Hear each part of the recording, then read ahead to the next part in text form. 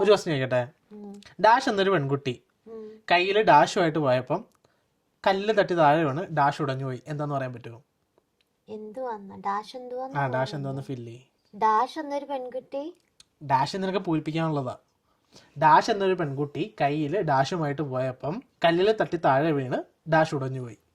Dash പട്ടിയായിരിക്കും. Dash പട്ടി ഉടഞ്ഞു പോയി.